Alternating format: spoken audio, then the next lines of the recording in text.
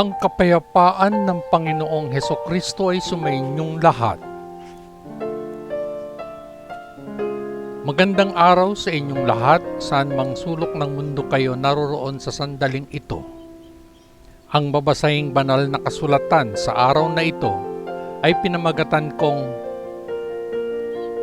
pupuksain ng Diyos ang kasamaan ng kanyang bayan at itatayo ang mapayapang kaharian. Pagbasa sa banal na kasulatan mula sa aklat ni Propeta Isaias, 9 hanggang 11 kabanata. Ang hinaharap na hari. Ang lupain ng mga tribo ni Zebulon at Neptali ay minsang nadusta, ngunit ang hinaharap ay magdadala ng karangalan sa rehiyong ito. Mula sa Mediteraneo, sa silangan hanggang sa lupain, sa kabilang panig ng Jordan at maging sa Galilea mismo, kung saan nakatira ang mga dayuhan.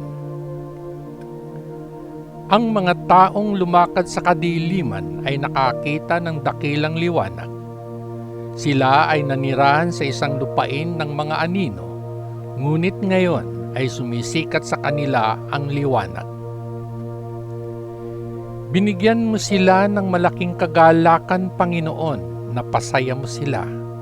Sila ay nagagalak sa iyong ginawa, gaya ng mga tao na nagagalak kapag sila ay nag-aani ng butil o kapag sila ay naghahati-hati sa mga nasamsam na kayamanan. Sapagkat iyong binali ang pamatok na nagpapabigat sa kanila at ang pamalo na tumatama sa kanilang mga balikat. Tinalo mo ang mga bansang nang aapi at nagsamantala sa iyong bayan, kung paanong tinalo mo ang hukbo ng Midian noong unang panahon. Ang mga bota ng sumasalakay na hukbo at lahat ng kanilang damit na may bayad ng dugo ay sisirain ng apoy. Isang bata ang ipinanganak sa atin. Isang anak ang ibinigay sa atin, at siya ang magiging pinuno natin. Siya ay tatawagin kamanghamanghang tagapayo, makapangyarihang Diyos, walang hanggang Ama, prinsipe ng kapayapaan. Ang kanyang maharlikang kapangyarihan ay patuloy na lalago. Ang kanyang kaharian ay laging mapayapa. Siya ay mamamahala bilang kahalili ni Haring David, na ibabatay ang kanyang kapangyarihan sa tama at katarungan, mula ngayon hanggang sa katapusan ng panahon. Desidido ang Panginoon na makapangyarihan sa lahat na gawin ang lahat ng ito.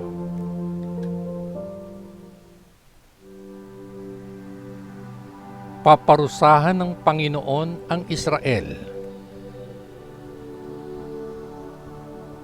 Ang Panginoon ay nagpahayag ng kahatulan sa kaharian ng Israel sa mga inapo ni Jacob. Malalaman ng lahat ng mga tao ng Israel, lahat ng naninirahan sa lungsod ng Samaria, na ginawa niya ito. Ngayon, sila ay mapagmataas at mayabang. Sabi nila, ang mga gusaling landrilyo ay bumagsak, ngunit papalitan natin sila ng mga gusaling bato. Ang mga biga ng kahoy na sikimoro ay pinutol, ngunit papalitan natin sila ng pinakamainam na sedro. Hinikayat ng Panginoon ang kanilang mga kaaway na salakayin sila, ang Syria sa silangan at ang Filistia sa kanluran ay nagbuka ng kanilang mga bibig upang lamunin ang Israel. Gayunmay hindi nagwawakas ang galit ng Panginoon, nakaunat pa rin ang kanyang kamay para magparusa. Hindi nagsisi ang mga tao ng Israel kahit na sila ay pinarusa ng Panginoon na makapangyarihan sa lahat. Hindi sila nagbalik loob sa Kanya. Parurusahan ng Panginoon ang mga pinuno ng Israel at ang mga tao nito sa loob ng isang araw. Puputulin niya sila, ulo at buntot. Ang matanda at marangal na tao ang mga ulo, at ang buntot ay ang mga propeta na ang mga turo ay kasinungalingan. Ang mga namumuno sa mga taong ito ay iniligaw sila at lubos silang nalito. Kaya't hindi hahayaan ng Panginoon na makatakas ang sinuman sa mga binata, at hindi siya maaawa sa sinuman sa mga babaeng balo at sa mga ulila, sapagkat ang lahat ng mga tao ay walang Diyos at masasama, at lahat ng kanilang sinasabi ay masama. Ngunit gayunpaman, ang galit ng Panginoon ay hindi magwawakas, dahil ang kanyang kamay ay nakaunat pa rin upang magparusa. Ang kasamaan ng mga tao ay nagniningas na parang apoy na sumisira sa mga tinik at dawag. Nagniningas ito na parang apoy sa kagubatan na nagpapadala ng mga hanay ng usok. Dahil ang Panginoon na makapangyarihan sa lahat ay nagalit, ang kanyang parusa ay nagniningas na parang apoy sa buong lupain at sinira ang mga tao, at naging bawat tao para sa kanyang sarili. Saan man sa bansa ay nang aagaw at kumakain ng mga tao ng kahit anong pagkain na mahahanap nila, ngunit hindi nabubusog ang kanilang gutom. Kinakain pa nga nila kahit ang sarili nilang mga anak. Sinalakay ng mga tao ng Manases at mga tao ng Ephraim ang isa't isa, at sama-sama nilang sinalakay ang Huda. Gayon may hindi nagwawakas ang galit ng Panginoon. Nakaunat pa rin ang kanyang mga kamay para magparusa. Kayo ay tiyak na mapapahamak. Gumawa kayo ng mga hindi makatarungang batas na nagpapahirap sa aking bayan. Ganyan ninyo pinipigilan ang mga mahihirap na magkaroon ng kanilang mga karapatan at makakuha ng hustisya. Ganyan ninyo kinukuha ang ari-arian na pag-aari ng mga balo at ulila. Ano ang gagawin ninyo kapag pinarusahan kayo ng Diyos? Ano ang gagawin ninyo kapag dinalhan niya kayo ng kapahamakan mula sa malayong bansa? Saan kayo tatakbo para maghanap ng tulong? Saan ninyo itatago ang inyong kayamanan? Mapapatay kayo sa labanan o kakalad ka rin bilang mga bilanggo. Gayunpaman, ang galit ng Panginoon ay hindi magwawakas. Nakaunat pa rin ang kanyang kamay para magparusa.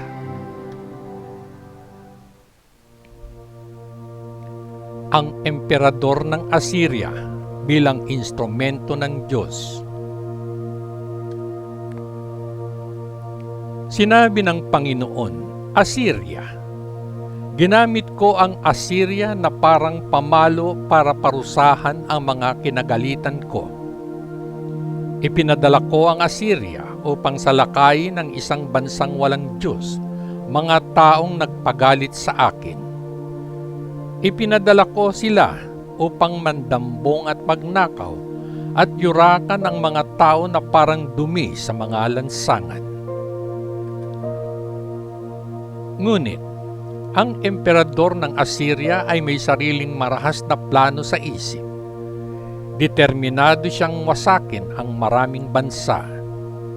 Ipinagmamalaki niya, ang bawat isa sa aking commander ay isang hari. Sinakop ko ang mga lungsod ng Kalno at Kartemis, ang mga lungsod ng Hamat at Arpad. Sinakop ko ang Samaria at Damascus. Inabot ko upang parusahan ang mga kaharian na sumasamba sa mga Diyos-Diyusan, mga Diyos-Diyusan na mas marami kaysa sa Jerusalem at Samaria. Winasak ko ang Samaria at ang lahat ng Diyos-Diyusan nito, at gayon din ang gagawin ko sa Jerusalem at sa mga imahen na sinasamba doon. Ngunit sabi ng Panginoon, kapag natapos ko na ang aking ginagawa sa bundok ng Sion at sa Jerusalem, parurusahan ko ang emperador ng Assyria dahil sa lahat ng kanyang pagyayabang at lahat ng kanyang pagmamataas. Ipinagmamalaki ng emperador ng Assyria, ginawa ko na ang lahat sa aking sarili. Ako ay malakas, matalino at listo. Inalis ko ang mga hangganan sa pagitan ng mga bansa at kinuha ang mga panustos na inimbak nila. Parang toro na tinapakan ko ang mga taong naninirahan doon. Ang mga nasyon sa mundo ay parang pugad ng ibon at tinipon ko ang kanilang kayamanan na kasing dali ng pangangalap ng mga itlog. Walang pakpak ang winigayway para takutin ako.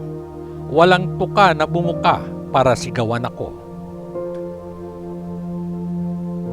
Ngunit sabi ng Panginoon, maaari bang angkinin ng palakol na mas dakila siya kaysa sa taong gumagamit nito?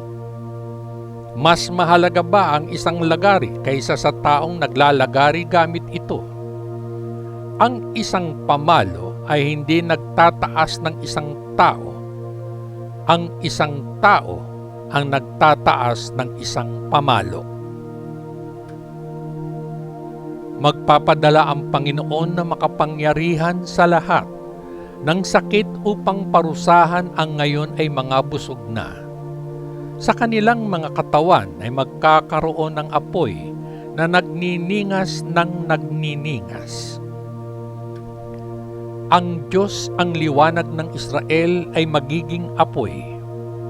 Ang banal na Diyos ng Israel ay magiging ningas na sa isang araw lang ay susunugin ang lahat, maging ang mga tinik at dawag.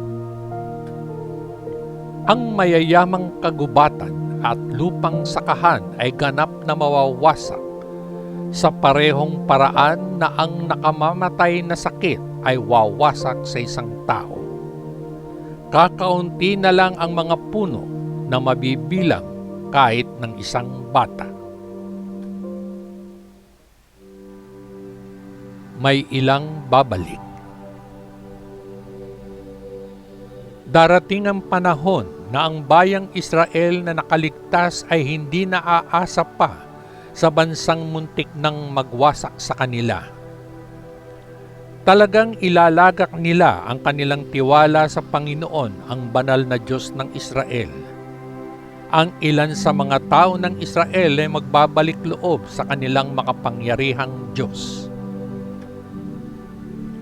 Kahit na ngayon, ang mga tao ng Israel ay may kasing dami na ng mga butil ng buhangin sa tabi ng dagat, iilan lamang ang babalik. Ang pagkawasak ay nakalaan para sa mga tao at ito ay ganap na nararapat. Oo, sa buong bansa ng soberanong Panginoon na makapangyarihan sa lahat ay magdadala ng pagkawasak, gaya ng sinabi niya.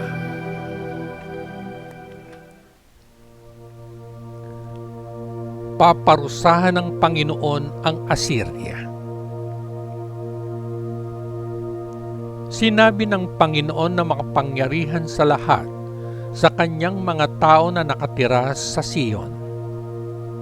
Huwag kayong matakot sa mga Asyriano, kahit na inaapi nila kayo gaya ng ginawa ng mga Ehipsyo noon.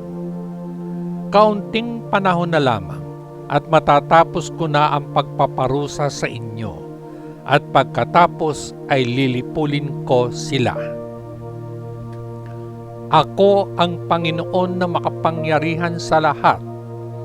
ay hahampasin sila ng aking latigo, gaya ng ginawa ko sa mga tao sa Midian at Orebra. Parurusahan ko ang Assyria gaya ng pagpaparusa ko sa Ehipto. Pagdating ng panahong iyon, ikaw ay palalayain ko mula sa kapangyarihan ng Assyria, at ang kanilang pamatok ay hindi na magiging pabigat sa iyong mga balikat. Sumalakay ang mananakop. Nabihag na nanghukbo ng kaaway ang lungsod ng Ai. Dumaan na sila sa Migron. Iniwan nila ang kanilang mga gamit sa Mikmash. Natawid na nila ang daan at nagpapalipas ng gabi sa Geba. Ang mga tao sa bayan ng Rama ay natakot, at ang mga tao sa bayan ni Haring Saul sa Gibea ay tumakas. Sumigaw mga taga-Galim, makinig mga taga-Laisya, sumagot mga tao ng Anatoth. Ang mga tao ng Madmena at Gebim ay tumatakas para iligtas ang kanilang buhay. Ngayon, ang mga kaaway ay nasa bayan ng Nob, at doon ay nililiglig nila ang kanilang mga kamao sa bundok Siyon sa lungsod ng Jerusalem. Ibabagsak sila ng Panginoon na makapangyarihan sa lahat, tulad ng mga sanga na pinutol sa isang puno. Ang pinakamayabang at pinakamataas sa kanila ay puputulin at hihiyain. Puputulin sila ng Panginoon na parang mga puno sa puso ng gubat na pinutol ng palakol, gaya ng pagkahulog ng pinakamagagandang puno ng Lebanon.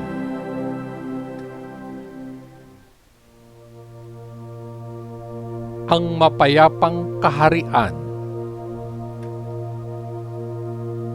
Ang maharlikang linya ni David ay parang punong kahoy na pinutol. Ngunit kung paanong ang mga bagong sanga ay sumibol mula sa isang tuod, gayon din ang isang bagong hari ay babangon mula sa mga inapo ni David. Ang Espiritu ng Panginoon ay magbibigay sa kanya ng karunungan at kaalaman at kasanayan upang mamuno sa kanyang bayan. Malalaman niya ang kalooban ng Panginoon at magkakaroon ng paggalang sa kanya, at makakatagpo ng kasiyahan sa pagsunod sa kanya. Hindi siya hahatol sa hitsura o sabi-sabi. Hahatulan niya ng patas ang mahihirap at ipagtatanggol ang karapatan ng mga walang magawa. Sa kanyang utos ang mga tao ay parurusahan at ang masasamang tao ay mamamatay. Pamumunuan niya ang kanyang bayan ng may katarungan at integridad. Ang mga lobo at mga tupa ay mamumuhay ng magkakasama sa kapayapaan, at ang mga leopardo ay hihiga kasama ng mga batang kambing. Ang mga guya at mga anak ng leon ay magkakasamang kakain, at mga paslit na bata ang mag-aalaga sa kanila. Ang mga baka at oso ay kakain ng magkasama, at ang kanilang mga guya at mga anak ay mahihiga ng payapa. Kakain ng dayami ang mga leon gaya ng mga baka, kahit na ang isang sanggol ay hindi masasaktan kung ito ay maglaro malapit sa isang makamandag na ahas. Sa Siyon, ang banal na burol ng Diyos, walang makasasama o masama. Ang lupain ay magiging puno ng kaalaman tungkol sa Panginoon, gaya ng mga dagat na puno ng tubig.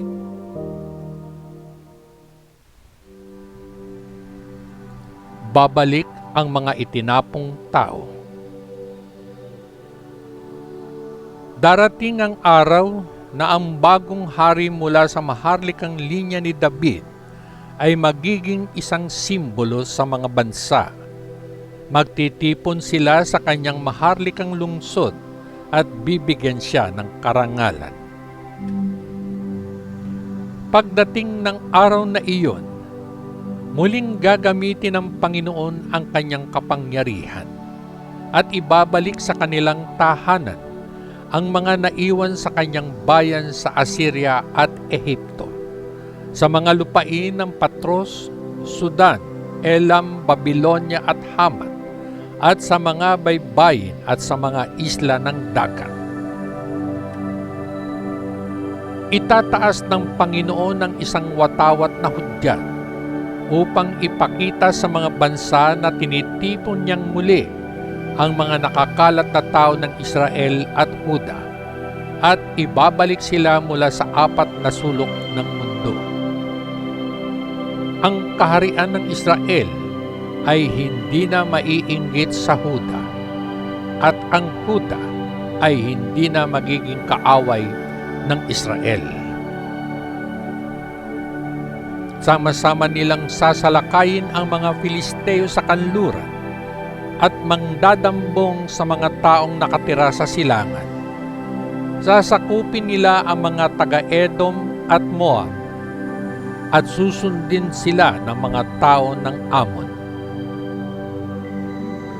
Tutuyuin ng Panginoon ang gulpo ng Suez at magdadala siya ng mainit na hangin upang patuyuin ang Euphrates na mag-iiwan lamang ng 7 maliliit na batis upang ang sinuman ay makatatawid. Magkakaroon ng isang lansangan palabas ng Assyria para sa mga nakaligtas doon sa kanyang bayang Israel, gaya ng ginawa sa kanilang mga ninuno nang umalis sila sa Ehipto. Ang salita ng Diyos. Papuri sa Diyos Ama sa kaitaasan. Sa ngalan ng Panginoong Hesukristo na ating manunubos. Amen. Amen. Amen. Peace.